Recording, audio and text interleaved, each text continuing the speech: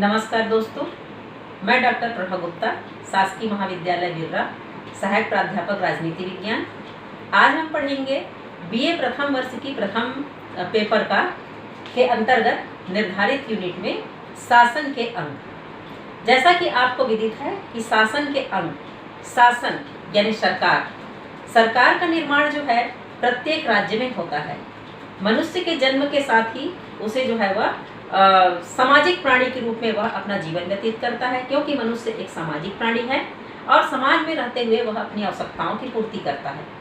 समाज में रहते हुए आवश्यकताओं की पूर्ति वह जब उसे पूरी तरह से नहीं हो पाता, तब सामूहिक रूप से मिल करके समाज के व्यक्तियों के द्वारा एक राज्य का निर्माण किया जाता है।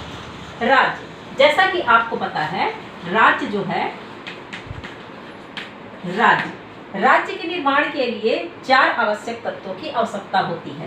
पहला, जनसंख्या। दूसरा, निश्चित भूभाग।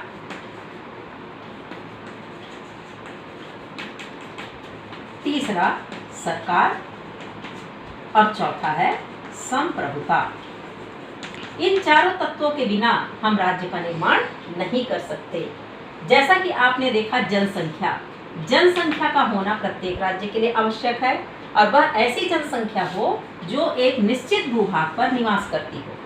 और इन निवास करने वाली जनसंख्या को शासन स्थापित करने के लिए, उनकी आवश्यकताओं की पूर्ति के लिए उसे जो है वह एक सरकार की आवश्यकता होती है।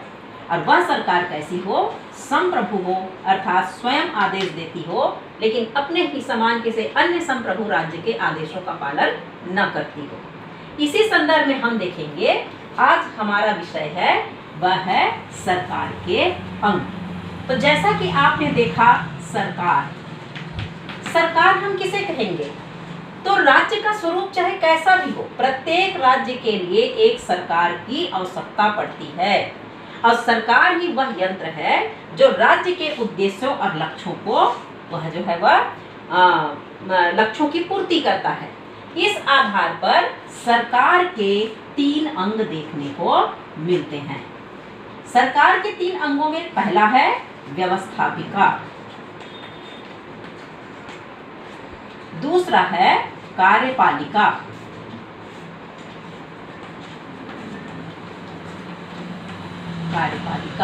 और तीसरा है न्यायपालिका। सरकार इन तीनों अंगों के माध्यम से अपनी लक्ष्य और अपनी आवश्यकताओं की पूर्ति करता है। इस आधार पर हम देखते हैं कि व्यवस्थापिका किसे कहते हैं, व्यवस्थापिका का कार्य क्या होता है, व्यवस्थापिका के प्रकार क्या होते हैं, इसके अंतर्गत हम देखेंगे। तो हम इसके अंतर्गत सबसे पहले हम देखेंगे व्यवस्थापिका।